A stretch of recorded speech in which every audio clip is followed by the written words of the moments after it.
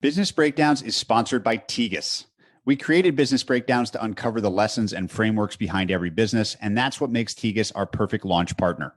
Much of the foundational prep for these episodes gets started with research powered by Tegas. With Tegas, you can learn about any public or private company directly from former execs, customers, and industry experts, all of whom are in a position to offer unique insights into a company's growth, its customer value, and its competition. What makes Tegas different is that you don't have to lead your own expert calls. It offers instant access to the world's largest collection of investor-led call transcripts on companies like Coinbase, Hinge Health, and Farfetch. All you have to do is log in and you'll get instant access. Still want to do your own expert calls? Tegas also allows you access to experts for $300 a call, not the $1,000 or more that others charge. I can personally say that some of the most thoughtful investors in the world use Tegas and talk about it often. If you're ready to go deeper on any company and you appreciate the value of primary research, head to tegas.co/breakdowns for a free trial. That's tegas.co/breakdowns. This is Business Breakdowns. Business Breakdowns is a series of conversations with investors and operators diving deep into a single business. For each business, we explore its history, its business model, its competitive advantages, and what makes it tick. We believe every business has lessons and secrets that investors and operators can learn from, and we are here to bring them to you. To find more episodes of Breakdowns, check out joincolossus.com. All opinions expressed by hosts and podcast guests are solely their own opinions. Hosts and podcast guests may maintain positions in the securities discussed in this podcast. This podcast is for informational purposes only and should not be relied upon as a basis for investment decisions. Hello and welcome to Business Breakdowns. I'm your host, Patrick O'Shaughnessy. Today, we'll be diving into Visa. Started in 1958 as a Bank AmeriCard credit card program in Fresno, California, Visa then became a nonprofit consortium of banks that operated the Visa network. Over the first few decades of its existence, Visa became the protocol layer that allowed essentially all banks in the world to communicate with one another. In 2007, Visa completed a corporate restructuring that took it public and now boasts a larger market cap than all of the banks that previously owned it as part of the consortium. In this breakdown, we set the stage with the role that Visa plays in a card transaction, describe the lifeblood of Visa revenue, interchange, and then dive into its unique history as a consortium turned multi-$100 billion public business. We then explore Visa's unique moat and network effect, how Visa makes money today, and look at the potential threats from other businesses and macroeconomic forces. Visa is a fascinating business, and I recommend you check out our website at joincolossus.com, where we provide additional articles, books, and podcasts for those that want to keep unpacking the Visa story. To help me break down Visa, I'm joined by Alex Rampell, a general partner at Andreessen Horowitz, where he focuses on investing in financial services. Prior to joining Andreessen, Alex co-founded multiple companies, including Affirm and TrialPay, which was acquired by Visa in 2015. Please enjoy this business breakdown of Visa. So Alex, Visa is such a fascinating business because, well, I think literally everyone listening will know the name or have used the product. Probably some tiny percentage will have any idea what is going on when they swipe a credit card with Visa emblazed on it. Can you walk us through, just to set the scene, what is happening and who the key players are in a single credit card transaction? Because I think that backdrop is really important to everything else we're going to talk about with Visa and its business model. There are actually 5 parties in a transaction. I'll name the parties and then I'll try to chronologically show how this works. So imagine that I, Alex, am buying a Chipotle burrito. So it's kind of obvious, like I need to give money to Chipotle. But the way that that works is I'm buying it with a Capital One credit card. That's called the issuer. It's called an issuing bank. Capital One's a bank. They gave me a card. The card has a credit line attached to it. Chipotle has a merchant bank. It's also known as an acquiring bank. It's called an acquiring bank because they acquired the merchant. Let's just say that Chipotle uses Bank of America Merchant Services to go sign up, or First Data, or one of those. And then there's a network that connects the acquiring bank to the issuing bank. So when I go swipe, if I buy my $10 burrito at Chipotle, what happens is Chipotle swipes that card. It goes to the acquiring bank, so call it Bank of America Merchant Services. Bank of America Merchant Services sees, oh, this card starts with a 4. That means it's a Visa. We got to send that over to Visa. If it started with a 5, we have to send it to MasterCard, but it's a 4. Send it over to Visa. Visa sees, oh, it's 414720, that's the BIN, bank identification number. The first six of your card actually just identifies the bank. So 414720, if I remember correctly, is a Chase card. So I guess I just broke my metaphor here with Capital One, but that means that Visa sends it to the issuing bank Chase, and then Chase says, do we approve this transaction, yes or no? Because the risk is actually being borne, assuming that the customer actually made the transaction. I might not pay Chase back. Maybe I do pay Chase back. That's a credit limit or credit decision that Chase has to make. So there are really 5 parties involved. And the reason why most people don't really understand the card networks like MasterCard and Visa well is that neither merchants nor consumers actually deal with them. They're simply a router that connect the issuing banks to the acquiring banks. The issuing banks are the ones that own the consumers. The acquiring banks are the ones that own the merchants. Let's say there's a $100 transaction that happens and $3 of that 100 gets sliced up amongst those 3 players. So I'm paying 100 as a consumer, I lose 100. As a merchant, I'm getting 97. There's $3 left over for the acquiring, the issuing, and the network. How traditionally is that $3 split up? So the vast majority goes to the issuer. And this is actually what's really interesting about, if you think about what is a product in the Visa world or the MasterCard world, a product is effectively an interchange rate. It's very complicated to answer your question because it depends on the type of card. So if I pay with a debit card, it's not anywhere near 3%, unless it's a debit card issued by a small community bank with under $10 billion of assets. But what if I pay with a Visa signature card? So what actually happens, it's a little tangent, but it's relevant to your question. Visa has something called the Visa signature card that comes with a higher interchange rate. And the higher interchange rate is actually used to incent banks to issue that card because then they get to keep more money. The first answer to your question is the vast majority of that goes to the issuing bank. A little bit goes to the acquiring bank, not that much. And then the network, I think on average, like Visa makes about 7.5 cents per transaction. But the interchange, which is the interbanking rate between the issuing and the acquiring bank, and that's set by the network. The issuers don't like it when Visa or MasterCard changes that rate. So there is a rate card that you can actually download. If you go to Visa's website, if you go to MasterCard's website, there's a rate card. It's a PDF. It's probably 25 pages long to show you exactly how many rates there are. And depending on is it a corporate charge card? What if it's an international transaction? What if it's a gas card? And then what kind of merchant is it?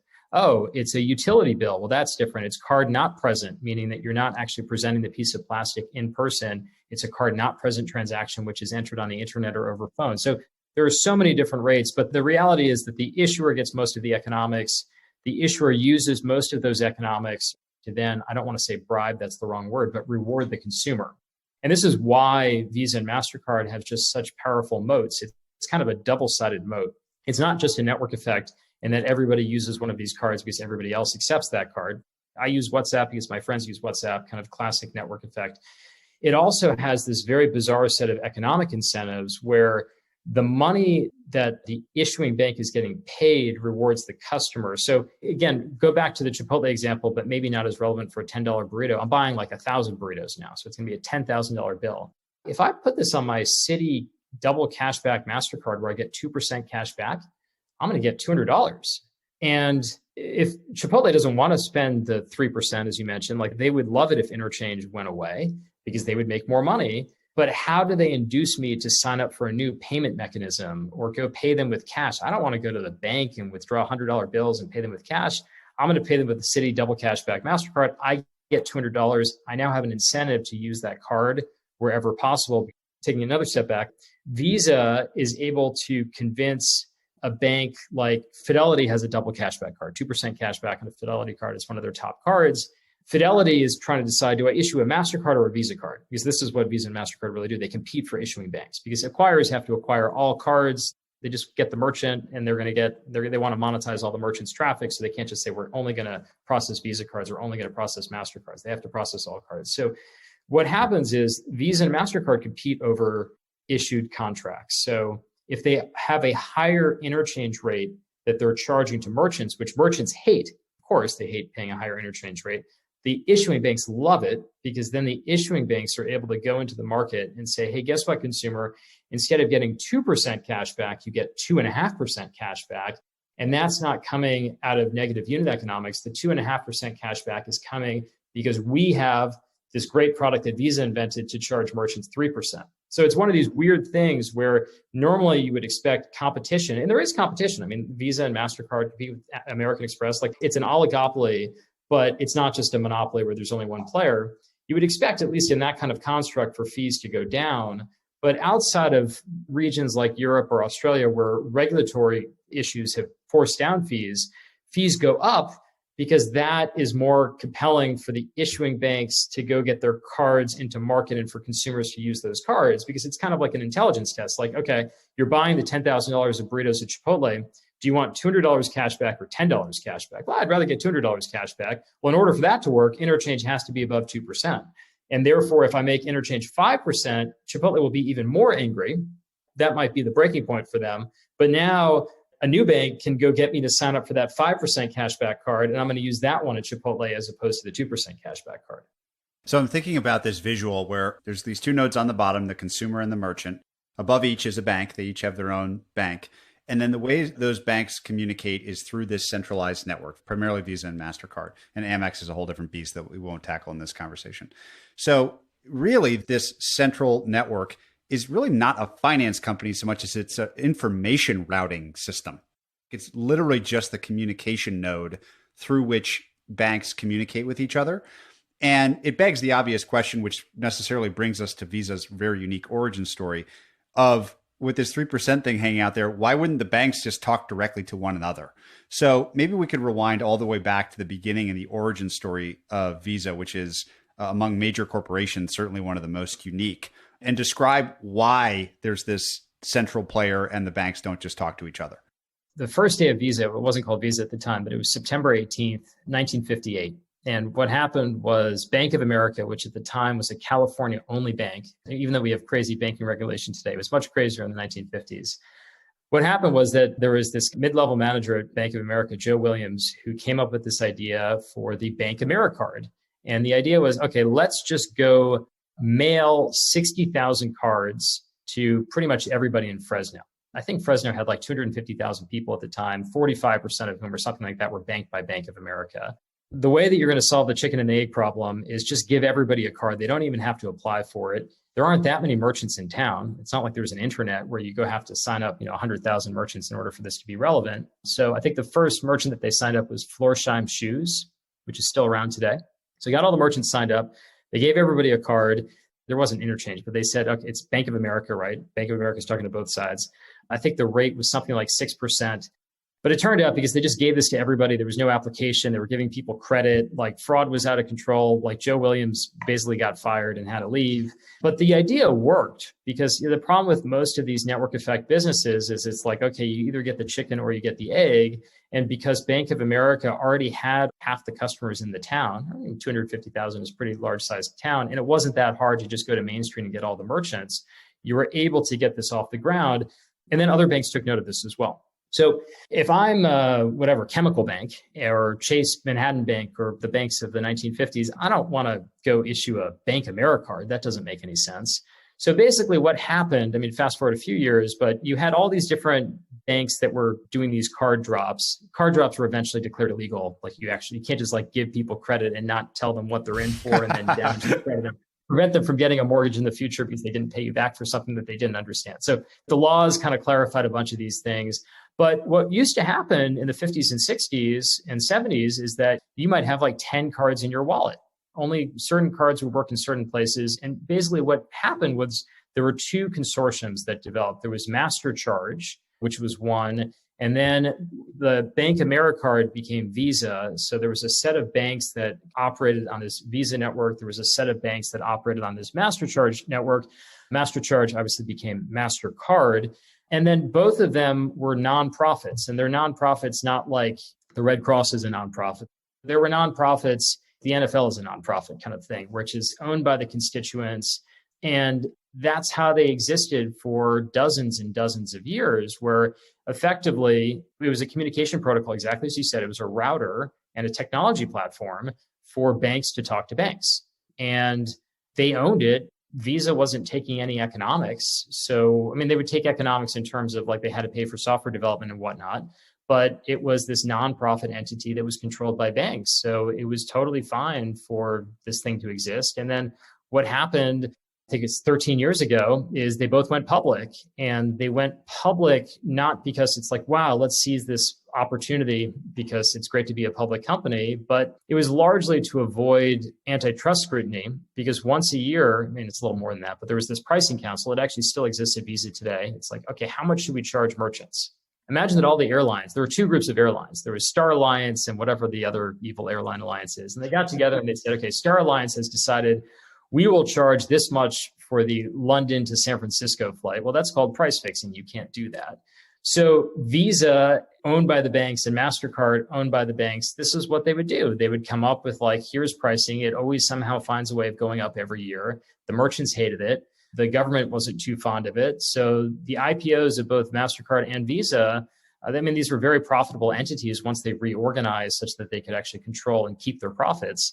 It was primarily secondary. It was very, very little primary. It was the banks really selling their primary stakes in the company.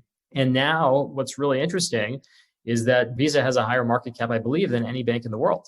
And it's kind of one of these weird cases of, it's almost like patricide, where Visa was birthed by Bank of America and now has a much, much higher market cap than Bank of America, has a much better market position than Bank of America because they are the central player. They are the central router where all commerce goes through, whereas Bank of America is one of N participants. So it's almost as if both of these network examples got to very quietly, really without competition, mature their network effects over decades. And that ultimately, when they went public, you have these two really unique entities in like the entire corporate sphere. Are there any other businesses that you can think of that have what I'll call a protocol effect like this, where they're almost just a pure information router that, due to fragmentation around them, there's tons of banks on both sides, it doesn't make sense to build the technology to connect every bank to connect to every single other bank? Are there any analogs like this in the world? If you remember early on in the days of Twitter, and I know you use Twitter, I use Twitter, Twitter was more protocol, and there were a bunch of Twitter clients. I mean, dozens of them. There was TweetDeck, that was one that I used. And eventually, Twitter realized, wait a minute, we can't serve ads as effectively. Like, if we want to make this work, not only are we the centralized router, but we want to control the client experience on both sides. So, or really one side. I mean, because I'm writing tweets, I'm reading tweets, I'm using the same product to really do that. But I mean, I would even say Twitter does have other clients where they probably charge usage fees or something. Like TweetDeck still is around, or there are products that help big merchants that have unhappy customers on Twitter. They're not just using the Twitter app. When United Airlines cancels a flight and 10,000 people or 200 people on the flight go complain, there's not like some random person in the call center that's just logging into Twitter. Like, they're charging for access to the protocol. I agree, it's not as common because normally what you see is you don't have this like weird joint venture of like dozens of banks and you go for this structure. You say, if I'm building a network effect, classically like eBay network effect, OpenTable network effect, it's always a centralized player that controls the experience and controls the economics. Actually, this was one of the things that I was getting to around pricing. Visa has a pricing committee.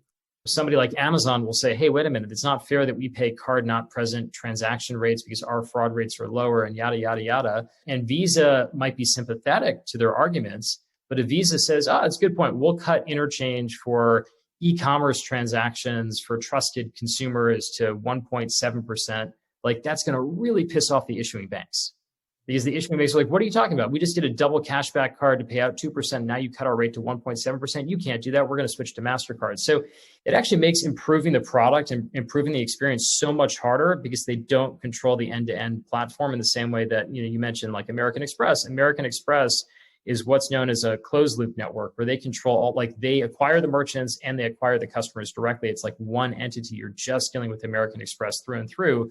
Whereas Visa and MasterCard are called open loop networks. It's a very rare business model because you'll only see that happen if you get the constituents from day one. I mean, maybe some of the markets are like this. Like if you look at, obviously everybody knows NASDAQ, but if you look at BATS, the Better Alternative Trading System, that was a company where they kind of got started because they were able to get more high frequency flow from various traders. Those were equity owners in the actual exchange. I've seen this happen from time to time, but it's just a very, very hard playbook to operate on because normally network effects, they kind of start small, like Facebook starts small, but they control the client, they control the end-to-end experience. It's almost as if the model for both of these companies is like if you were an evil genius designing like a perfect competitive moat. You might design something like this, just deeply embedded, deeply hard to rip out. But nonetheless, it sort of begs the question of like, okay, maybe we can understand its moat, I think, as you described to me, by describing the ways in which it may be vulnerable. There's a couple different ways we could do this. Before we get to that, I'd love to understand, like, what is the business then in terms of new technology or existing technology being built? Like, is there a lot of new spend to improve or maintain this network? Because at its core, it's been working kind of the same way, it seems like, for a long, long time. What does the business itself look like? Revenues and expenses, like just at a basic level, what does the internals of the business look like? Yeah, so I worked at Visa. I mean, Visa bought my company. I wanted to answer this question every day. What do all these people do? It's a very, very simple business to operate. And I mean that as a compliment and not an insult. They need probably 10 people to keep the lights on. And if the lights are kept on, and it's actually kind of remarkable, like when was the last time they had an outage? Whereas all of these newfangled tech companies with amazing engineers, like they seem to go down all the time. Twitter has their fail whale, and PayPal goes down, and eBay goes down, and Amazon goes down, and then Netflix goes down. But like Visa and MasterCard do not go down.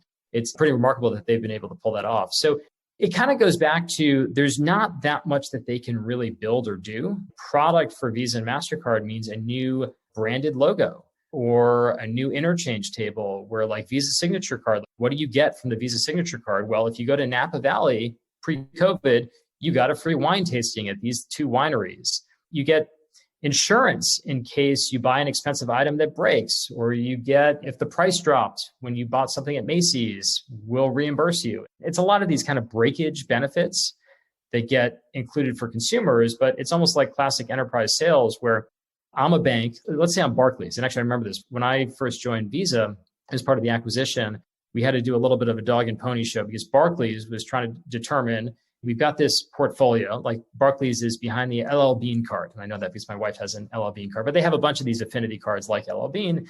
And Barclays is like, they're up for renewal. It's like a 3 or 5 year renewal cycle. Do they go switch everybody to a MasterCard, or do they keep on Visa? And maybe they might even split their portfolio. So it's half and half. And we have to say, like, here are all the great things that we do at Visa. We have chargeback technology. We have fraud technology. We have the wine tasting in Napa. We bought this amazing company that I started called TrialPay that provides offers to consumers. So you could say, hey, get $5 off at a non-competitive, like you get $5 off at Fandango and Fandango will pay for that or something. And then MasterCard goes with their own dog and pony show. And it's kind of this matrix where it's like, you've probably seen this if you've looked at marketing collateral when one company is selling, like, SAP is selling versus Workday or something. It's like, hey, do they have on-premise cloud, blah, blah, blah. Like, yes, you always have a checkbox and like the other guy always has an X. Amazing how that works. That's a lot of the product development is kind of stuff like that, because it's just really hard to change the protocol itself, often to the detriment of the market. Nobody knows what SKUs are being bought. That's crazy. Like, why do I have to get a paper receipt when I go buy something at Walmart? Why can't that just be added to my credit card bill? Well, the reason why is because there's literally technologically no way for Walmart to send back to First Data, to send back to Visa, to send back to Capital One, to put in my app what items I bought at Walmart. And a lot of this is just based on how old this technology is, but also because for protocols, the hard thing is not actually improving the technology. Like I was talking to somebody about this for like, why do we have T+2 settlement for equities? And why isn't it T+1 or real time? And it's like, it's not a hard tech problem. It's just, you got to get everybody to agree. If 5 big parties don't agree, then nothing happens for 10 years. The longest that a merchant name can be in the Visa protocol is 20 characters. It's kind of crazy. It's like, well, I don't know, my MacBook Pro that I'm calling you from has a terabyte of space. That could fit every merchant name in the world, even if the merchant name was 100 characters long. But that wasn't the case in 1960, when a megabyte probably cost $1 million. So you have a lot of stuff like that that's very hard for them to change. Again, not because of incompetence, but just because as the protocol layer, they would have to get all of the banks to agree to go change this protocol. And then as a product layer, there's not that much that they can do, because it's like, oh, we want to do these 5 things that make the consumer experience like dramatically better. But wait a minute, number one, we don't want to compete with the issuing banks, because the issuing banks are how we get our business. If we pissed off all the issuing banks, we would go bankrupt. They wouldn't issue our cards, they'd issue our competitors' cards. So like, that's a bad idea. So that's kind of like innovator's dilemma number one. But number two is there's no dilemma. It's just like, well, we don't control the customer. That's the issuing bank. So we can make tools for issuing banks that maybe they roll out to customers, but it's kind of a maybe. So if you think about just the business, is the vast majority of their revenue simply this, call it 7 cents per transaction? And therefore, the way to think about Visa's top line is just that they're riding on not only transactions, but sort of the move from cash to credit as the primary means of exchanging value or paying for things. Is that where almost all their revenue comes from? Yeah, I mean, I would amend that to say cash to digital. Debit is a huge part of Visa's business. There are a lot of threats to credit, like buy now, pay later is a threat to credit. It's not a threat to the eradication of cash. The pandemic has supercharged that. The number of places that I go that say cash is not allowed, well, guess what? That's good for Visa.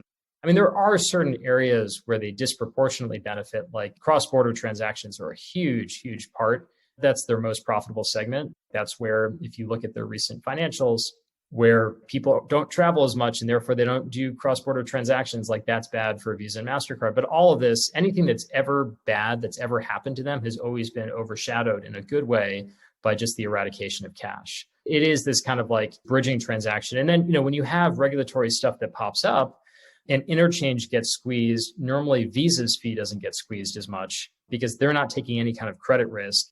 It might get squeezed a little bit just because there's less pie to cut up. Mostly it's kind of taking away from the issuers because they're the ones that get the majority of the economics. So on the one hand, I would presume Visa has exceptionally high margins. When the tech doesn't have to be updated that often, you have this sort of incredible network effect that you sit on top of. You can have very high margins. How do you think about the thing that might fuel its growth, though? So unlike a Walmart or a Costco where you can just keep opening new stores, they don't seem to have this reinvestment moat that's possible and seem instead to be really subject to, and not that they're out of their control, but just like broader forces in the economy. Is that fair that we think of Visa simply as sort of like a tax on the growth of commerce, generally speaking? You could look at it as a tax. You could look at it as an enabler. That's how Visa would say, which is, hey, look, we enable all these transactions to happen. Therefore, like the reason to justify card not present being more expensive than card present is just it's classic value-based pricing. Like how much value is the internet and the economy getting versus how much are we taking? I think your point is valid, which is there's not that much that they can reinvest in besides buying back their own stock or something. I don't think it actually weakens the moat, though. They have done things that are potentially well-intentioned, but didn't really make sense in retrospect, which is, should Visa have a wallet? PayPal's a wallet. We should have a wallet too. Should MasterCard have a wallet? Should American Express have a wallet? And I feel like companies often do things that make strategic sense, but where there's no market need. The great example that I like to use of this is, should Google have a social network? Facebook's growing. It's like, of course they should. It's no brainer. Social networks are going to be big. Wait a minute. Facebook solved this problem in like 2007. The now shuttered Google Plus launched thereafter. So you can't just build something because you should strategically have it. You should build something because, you should strategically have it. Sure, only if is key. The market actually desires it. Visa had this like ill-fated project called Visa Checkout, where they spent all this money getting merchants to go accept. Basically, you could pay with a Visa checkout apparatus. You go to a website just like you pay with PayPal. You go click there, you go pay with Visa checkout. But again, it just didn't solve a fundamental consumer need. And like PayPal solved that problem 20 years ago. So it was kind of hard for Visa to compete. So that having been said, does it make sense for them to do it? Sure. Like companies try and fail things all the time. Like I'm in the business of investing in companies that seem to fail all the time, but the ones that work really, really big. There are a lot of investments like that Visa can do too. But it's not as natural to your point, like let's go build 1,000 new stores. A lot of it for me, I do fintech stuff here in venture capital land. The biggest banks of 10 years from now might be non-banks that look like little tiny tech companies. Stripe was not a big company 10 years ago. Now it's a reasonably big company. The way that it got there was actually saying, hey, let's go sign up everybody in this little tech incubator called Y Combinator and get them processing cards with us, even though their volume is insignificant. And even though all of the big merchant acquirers just ignore them. He says, like, why would I want to go process payments for somebody that does 2 payments per year? That seems very boring. But if you get somebody like Instacart early, you're going to process a lot of payments for them in year 8, but you got to get them early. So I think that's actually probably the farming motion that both Visa and MasterCard have to get used to, which is so many companies are now monetizing via financial services. So you wouldn't be surprised to see a Lyft or an Uber offer a card to all of their drivers that displaces their bank. Why would they do that? Well, because they get to retain those drivers longer. And if the driver's low on money, they can say, hey, drive for us and make more money. There are all sorts of benefits to actually controlling the financial infrastructure. But you wouldn't think of Visa saying, okay, the way that we're going to get big is we're going to win the Citi deal or we're going to win the Chase deal. That's what they've historically done. It's not like, hey, let's go sign up 10,000 non-banks that might offer a card in the future that currently are very small. Anybody who works in, FP&A would find this job very challenging to say like, well, why would I do that? What's the size of the market? The answer is it doesn't really exist yet, but it might be big. That's probably something that they can get into in a much more meaningful way, as opposed to the zero-sum game that they play around jockeying for bank renewals, which is not zero-sum in as much as the eradication of cash is floating all boats. But you can make it even more positive sum where it's like, hey, let's go get 10,000 brand new neobanks to go issue cards, or 10,000 new, SaaS platforms that handle small business, something or other. Like there's a company called ShopMonkey that helps body shops run their business. Why not give every one of those body shops a card? Is it a Visa issued card or a MasterCard issued card? They should both be fighting over ShopMonkey, which is a motion that they're just not as used to. I'd love to understand Visa through the angles of things that may happen that affect it or its moat. The first is fragmentation. So we've already talked about how they're the beneficiary of their being, even from the earliest days.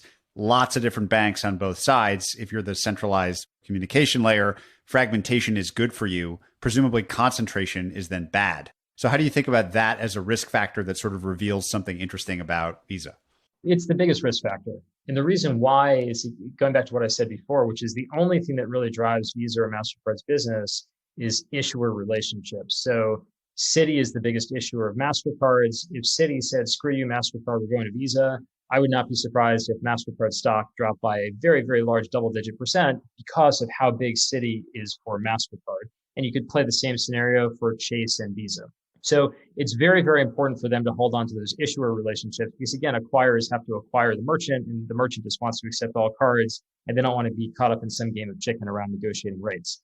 The reason why this is relevant is Chase renewed with Visa, but Chase is actually the biggest acquirer of online merchants. So Amazon.com, I believe, uses Chase Payment Tech, which is their payment acquiring division or merchant acquiring division for online payment processing.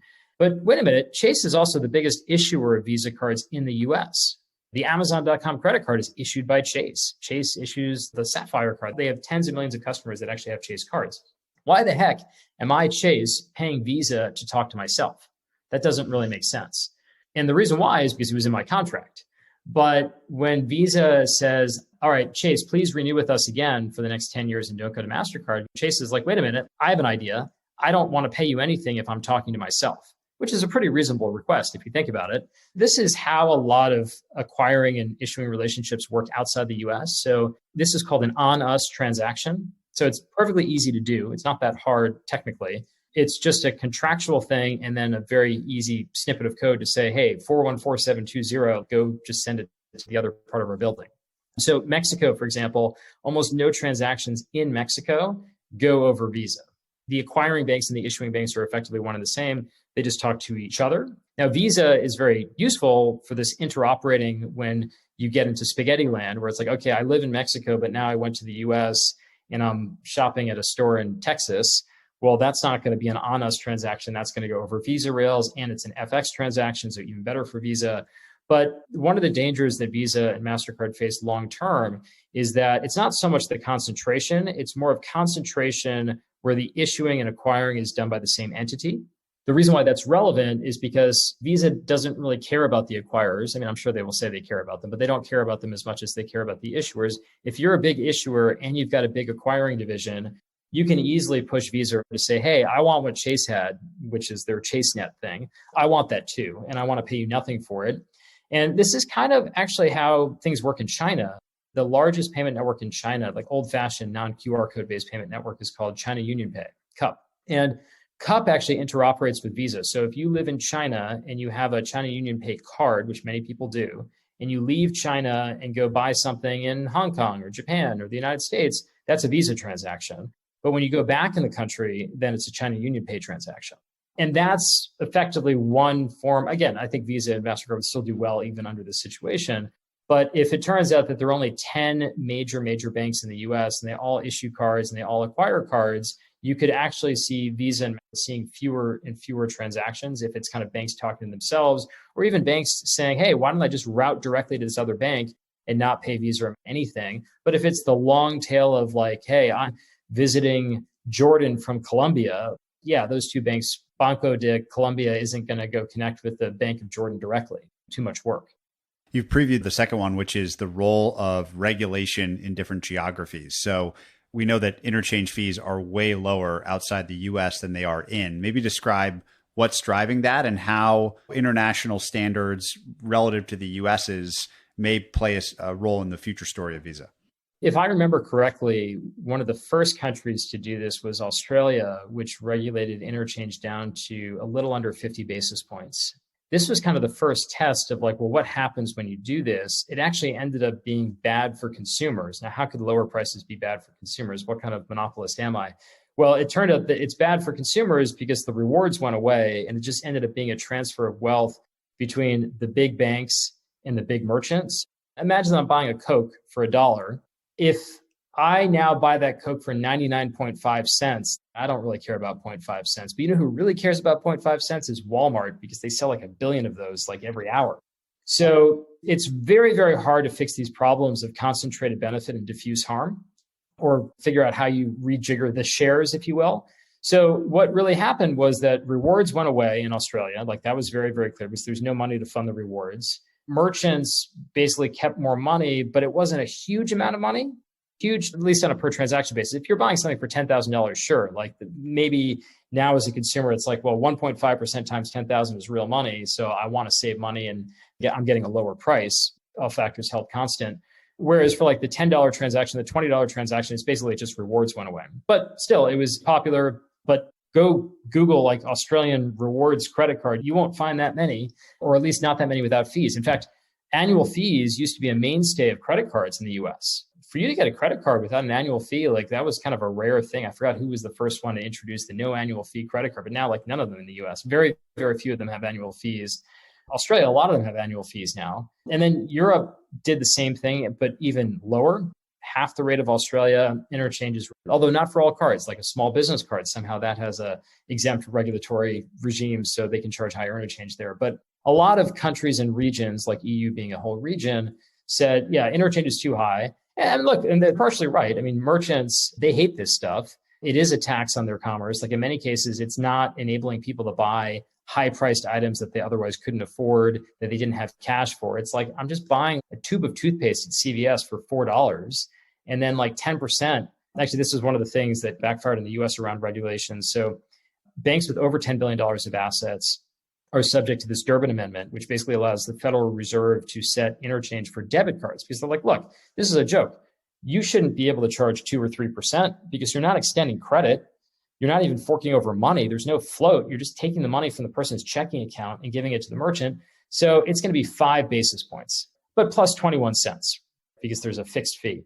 But wait a minute, if I buy a cup of coffee at Dunkin' Donuts for $2, this is a real issue. Like the QSRs, the quick serve restaurants, they hate this Durbin thing because most of their customer base uses debit cards, not credit cards. A $2 transaction means like 10% plus goes away in the form of interchange. And that is the regulated form. So ironically, the non-regulated form is cheaper for them. Long-winded way of saying, like, there are a lot of countries that are experimenting with different regulatory regimes under the idea that it's better for merchants, which is largely true, but it ends up being a little bit worse for consumers, which I think was unexpected. You would not expect, again, that lowering prices would be an issue. But there's a second thing, which I would call geopolitical risk, which I actually think is much, much bigger because interchange will be capped, but Visa will always figure out a way to make money. Issuing banks will make money, like fine. But the geopolitical thing, I think, is actually much bigger. I'll explain this by means of a story. So when I joined Visa, this was right after Vladimir Putin had annexed Crimea, which was once Ukraine, or maybe I'll get in trouble if I say once, still Ukraine, or depending on which map you're looking at, is either Ukraine or Russia. All these sanctions were passed against Russia, Russians, but in particular around this one geographically distinct area of Crimea. And if you were a Crimean consumer and you had a Sberbank, that's the biggest bank in Russia, you went to go use that card at a merchant in Crimea, it now wouldn't work because of US sanctions that were implemented targeting this part of Ukraine/Russia. But there's a company called Visa based in San Francisco. They could just change that routing and say, nope, doesn't happen, gets rejected. And this is really dangerous. I'm not making a normative judgment here. I'm just saying, like, if you're a country, you're an amoral country, and you're like, okay, I got to make sure that some other country doesn't get me in trouble. Like, think about OPEC, where I'm the US, I don't create a lot of oil or pump a lot of oil back then, didn't have an oil surplus. And then OPEC doesn't like me and then cuts off oil shipments to my country. And now people have to line up not for vaccines, but for gas, and only odd days if your license plate starts with this, or even days that. Like, this was the 70s in the US. So what did we do? We built the Strategic Petroleum Reserve so that the government could help solve some of this geopolitical risk. The economy wouldn't shut down if OPEC decided to cut off oil. But this is kind of like what we did to Russia. Again, I'm not making a right or wrong judgment here, but this is what happened when Crimea gets annexed, and then the United States says, no more commerce for you in that region. And a lot of people don't use cash, they use cards. So if I'm Russia, I'm like, that's not a good idea. I got to go build my own network. But even if I'm France, I'm like, wait a minute, I don't know if I like that plan. I got to go build my own payment network as well. UK, I'm good allies with the US, but I got to go build my own payment network. And it just kind of shows to me that networks, they are the new Strategic Petroleum Reserve. It's like China has Didi and the US had Uber, and Uber was competing in China. Imagine that everybody in China was using Uber and only Uber. There was no Didi. Again, network effect business. Uber wins. And then nobody owns a car anymore in China. And then the president of the United States says, hey, yeah, Uber, we're going to shut off China. Like, that would be a disaster for China, right? So again, it's the same kind of thing, but this is commerce. This is what's so interesting for me is, like, countries never used to have to fear this because it's like they are the sovereign, they print the money, and the money is the only legal tender. But the legal tender now happens over a network, and the network is controlled by a private entity that is potentially mediated by a government that's outside of your control. So I think that's actually a big thing for, again, there's nothing they can do about this except they might have to create wholly separate instances of the network that is under the purview and control of the country. Networks as a national security asset is incredibly interesting. We could probably spend an hour just talking about that. The one area of this that seems fascinating is, I love asking the question my friend Josh Wolf always asks, which is like, what sucks? And you've mentioned a few times that what sucks in this is that many kinds of merchants have bad experiences here. Let's just take Dunkin' Donuts as the example, or maybe Walmart. Any merchant is probably the one person here that says, maybe part of this really sucks. We wish it could just somehow be different. Does that represent an interesting opportunity in your mind to build something competitive that is in some ways solving what sucks for merchants, generally speaking? Well, yes and no. I mean, this goes back to companies always do what strategically makes sense, but for which there's no market demand. And the merchants think it sucks, and they're correct. It does. I think I told you this. I remember looking up the net income for Target and comparing it to their interchange fees. And basically, if they were able to like eliminate interchange, their after-tax profits would like double. I mean, it's crazy how important this is. If you have 90% margins, like whatever, you don't really care that much. If you have 2% net margins, like this is a huge amount of money. So therefore, you put a huge amount of resources into two things. One is suing them whenever possible. Visa and MasterCard have been sued so many times. They settled one of their last lawsuits for like $10 billion and like the stock went up.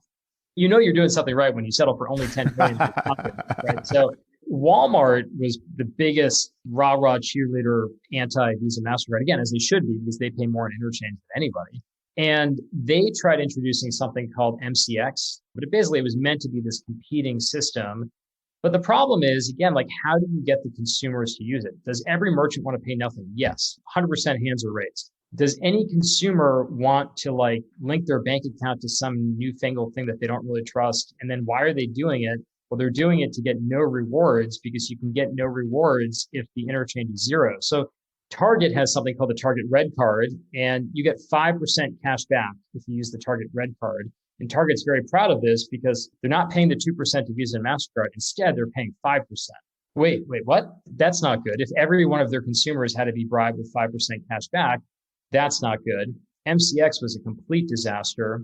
PayPal's tried doing this offline as well. And just none of these things either solved the consumer pain point. I mean, consumer pain point is one way of looking at it, but like, nor did they appeal to consumer greed. If you don't appeal to solving pain or like satiating greed, it's just really hard to say that you have a solution. You have a solution to one side of the network, but just not the other side. How do you think about how some of the newest technologies and technology-based companies matter to Visa? I'm thinking here of Plaid, Stripe, cryptocurrency, this bucket of new technology challengers that are building businesses around the transfer of value. To what extent are these companies relevant and interesting in the Visa's future story? I would actually start with a different group of companies there. I think it's a good question, but I would start with Apple and Google as the most relevant ones there, because once upon a time, people would carry their credit cards, their ID, their social security card in their what I would call dead cow wallet. I got mine at my bar mitzvah. I still have it today. I got my 8 cards in there. I got my SSN. I got everything. But all of that is clearly moving to the phone. I don't think anybody would argue with that. It's just kind of a question of when, not if. And if it moves to the phone, then some weird stuff happens, which is, I don't know if you remember the Samuel L. Jackson commercials for Capital One, like, what's in your wallet? Why would they spend tens of billions of dollars doing that? Well, because it wasn't even trying to get new people on Capital One. It was like subconsciously, when I go to Chipotle and I have 5 cards in my dead cow wallet, why do I pull up my Capital One card? Which one is first? What is the dominant card? It's the power of the default. That kind of goes away because now it's software. I think Apple just alphabetizes it. So American Express is going to do great. So it just kind of changes the default paradigm that everybody in this space has to play by. And also you can imagine, like, instead of getting junk mail to go open up a new credit card, just like there's an app store for apps that use my phone, what do apps do? They rely on a system of permissions that are granted by the operating system. So when you download a new app, it's like, hey, can app XYZ access your contacts? Can it access your location? Can it access your photos? All photos or only some photos? Like, this is all about permissioning. That's going to happen, I believe, with financial services as well. So, hey, I want to get a new card. What kind of card should I get? I don't know. I'm going to get Capital One, add it to my wallet, done right then and there. I'll make that the default. That's just a very, very different world. And then, because Apple has a way of communicating, it can communicate with the payment terminal from Verifone. Like, there actually is a way of potentially bypassing these networks. And you could also have it interoperate much more easily because you don't have to carry around like 15 different cards. Like, this is the funny thing, right? Is that the reason why you have Visa and MasterCharge, now MasterCard, is because people were carrying around 20 different cards. One, MasterCharge actually was originally, it's like all of the retailers of the 1960s was like, hey, restaurants would have like a little separate tab. Why not have one card to unite them all? Well, now you can actually go back to a world where you have like 50 different cards. It's so easy to sign up. Like, hey, do I want to sign up for the Walmart card? Well, heck no, I get nothing out of it and it takes too long. Wait a minute, I just put an app on my phone and then it's there. And then, yeah, I get 1% cash back right away, or I get $5 off this item like immediately right now, but never get money off again. And that's my way of failing the marshmallow test, but Walmart winning it. Totally, I'll do that because it's easy to permission me into the system. So I think those two are actually by far, they're going to have the biggest impact on potentially changing things, because there's an app store right now for apps that you play games and take pictures and do stuff like that. But I think there's a whole other set of apps and permissioning that really aren't even apps. They're more like financial products that you're going to discover, utilize, and sign up for on your phones. That's the group that I think is going to have the biggest impact. But then, yeah, to your question, I mean, I think Stripe is extraordinarily interesting because they actually do issue cards as well. They are one of the biggest acquirers of merchants online in the world. If they become one of the biggest issuers of cards, yeah, they could just self-clear and self-settle, and they don't have to pass anything through Visa, and Visa will like them for it because they're like, hey, don't switch to MasterCard. Keep issuing your cards through our thing because those cards might get used to Chipotle that actually does pass through our network. So I think a lot of these that are able to become issuer and acquirer will have a much, much better shot of pulling off what Chase somewhat failed to pull off, because Chase honestly should have run the table on online acquiring of merchants, because they're like, hey, wait a minute, we're 15, 20% of all Visa cards in the entire country. Go switch from Stripe or Adyen or Braintree or any of these things that you're First Data, whatever, switch to us and we're going to give you a 20% lower rate, which we can do because we will charge you nothing for a Chase transaction. They would have gotten all the major merchants. I don't know why they didn't do that, but they just didn't. Whereas Stripe, I have a lot of faith that they could. In the case of something like Plaid, which in my mind is this fascinating business, which maybe is the closest to this protocol effect that we talked about earlier, where it is sort of the centralized communication hub between financial services companies of all different kinds, including banks. Is a company like that potentially important in this ecosystem as well, even though it's very different from Stripe? It is. I mean, I'm an investor in Plaid. I certainly hope so. They don't really compete with Visa or MasterCard at all. I mean, they're much more around aggregation of data. I'm Robinhood. I want to have you move money over from Bank of America. How do I know how much money you have in your Bank of America account? Or maybe I'm Bank of America and I want to show you, I want to hold on to you as a customer. I want to show you, here are all of your other assets everywhere. How do I suck that in? The metaphor holds very well in that it's a network of other financial players. Like Plaid sits in the middle, and then you've got Robinhood on both sides. You've got Robinhood as a reader and as a writer of data. But it's not in the transactional space at all. Like, it's not something where it's like, I want to go pay for something. I know I'm going to log in and authenticate with my bank. Maybe that makes sense strategically, but it doesn't really solve a consumer value proposition. Going back to the thing that I mentioned before, which is, why would I pay with my bank for my $2 coffee at Dunkin' Donuts? Dunkin' Donuts might want me to do that. And if they launch their own payment mechanism, then Plaid might hook up there. But it doesn't really solve a problem for me as a consumer. I want my rewards. I like to swipe, or I've got this little app on my phone that I use, or I use my Apple Wallet to just go double click and then pay. I think of them more as analogous to Visa, but for a non-commerce space, just for like banking information writ large. Final question before, a couple closing thoughts, which is the obvious crypto question. So if what makes this so interesting is that it's a protocol business that's privately held, private for-profit corporation, and crypto is by definition a set of protocols. If you're rebuilding this from the ground up, would it look like an open protocol like crypto seems to offer? How do you think about crypto protocols and their role in this landscape going forward?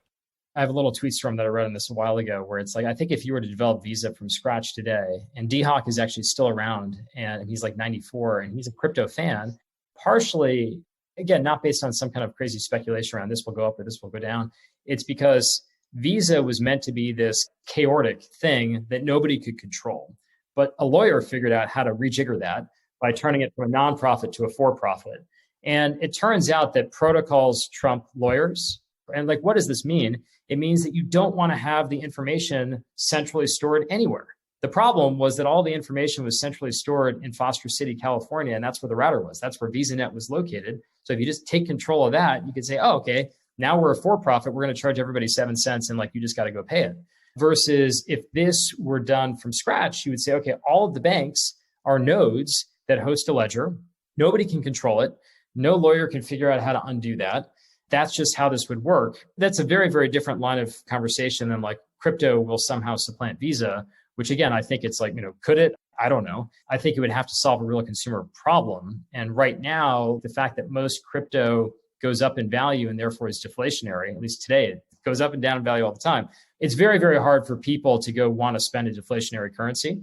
There's a whole set of issues like that around like whether crypto is a threat to Visa. But if you were to rewind back to 1958 and say, okay, how do we turn this amazing network effect and have the thing in the middle not be worth more than the things that created it, namely the banks? The way to do that would be to have no centralization and have it be a purely decentralized protocol. And now we have the tools for that. But again, it's 60 years too late for Visa. So my closing question to you is really kind of one lesson to take away, one as an investor and one as a business builder. You've been both entrepreneur and investor. And in Visa, we have one of the most unique business stories ever, one of the most unique sustainable competitive advantages ever. So this may be a hard question, but maybe we'll start with the business hat on. As an entrepreneur studying Visa and having worked there yourself, what one business lesson do you take away from Visa? I think it's the value of group participation. Like a lot of times, businesses that get to a network effect, they start off with some comically small example. Facebook started off with the comically small example of Harvard students. But once you really, really get going there and you've got like clear product market fit, then you concentrically expand. Visa did the same thing in a very non-traditional way, but it's like, okay, Bank of America, we got Fresno, we got Florsheim Shoes and everybody else. We're dominating commerce there. Then go to Fremont, then go out. I think it's the story of honestly every network effect business, but it's also like kind of starting off with the right constituents, because if you start too broad, you never get that network effect. And almost all of the newfangled attempts at building a payment network, it's like, number one, it didn't solve a problem. That's bad. And then number two, it went too broad. It's like, let's go boil the ocean. Like Google launched Google Checkout. Google's smart. They're going to dominate the world. They launched Google Checkout in 2006. Complete disaster. It had no purpose, didn't really solve a problem. Really smart people that worked on it. And like Google was smart to want to build a wallet and a checkout process, but it just was too broad and didn't have the kind of narrowed down scope. It's just not fun if you're a big company to do a narrowed down scope. Why would you ever do that? So I think it's like narrow your scope and expand concentrically is the lesson for me. And how about as an investor, and maybe it's the same version of the same lesson, but as an investor thinking about what Visa has taught you, anything different of note there that you would close with? It's kind of like a corollary to the Warren Buffettism of like when a management team known for brilliance meets a market known for disaster, it's the reputation of the market that remains intact. It's kind of the opposite here. It's like, it's not saying that the management team of Visa is bad. They're good. It's more of like, it is such a powerful network effect that it's just very, very hard to disrupt. So it's kind of more helpful to think about the long-term issues of, to me, it's like geopolitical risk, it's fragmentation versus concentration, as opposed to the ankle biters or like PayPal launched offline. Isn't that the death of Visa? It's like, no, what is their plan to maintain this in the next 10 years is probably the more relevant set of questions to ask, as opposed to like, who shipped a press release last week saying that they now have a potent challenger to Visa. If there was one resource you could point people to, if they're interested in studying Visa more, is there anyone that pops to mind? Yeah, there's a great book called A Piece of the Action. It's like 30 years old, but it's super, super relevant. It's by Joe Nocera. So that's the best one. Dee Hock actually wrote a book called One from Many. Kind of makes sense. Basically, it's the summary of this podcast, one from many, right? It's like you have one amazing company that came from many. And that's also really, really good. Those two would be the best. Well, Alex, this has been an absolute masterclass in such an interesting business. Thank you so much for breaking down Visa with us. Absolutely. I hope you enjoyed this breakdown of Visa with Alex Rampell. The point that Alex made that resonated with me is that once you've built a standard way for lots of companies to communicate information with one another, a protocol, it's incredibly hard to change or disrupt. There are not many sustainable competitive advantages like a protocol effect. To find more episodes of breakdowns ranging from Costco to Visa to Moderna, or to sign up for our weekly summary, check out joincolossus.com. That's JoinColossus.com.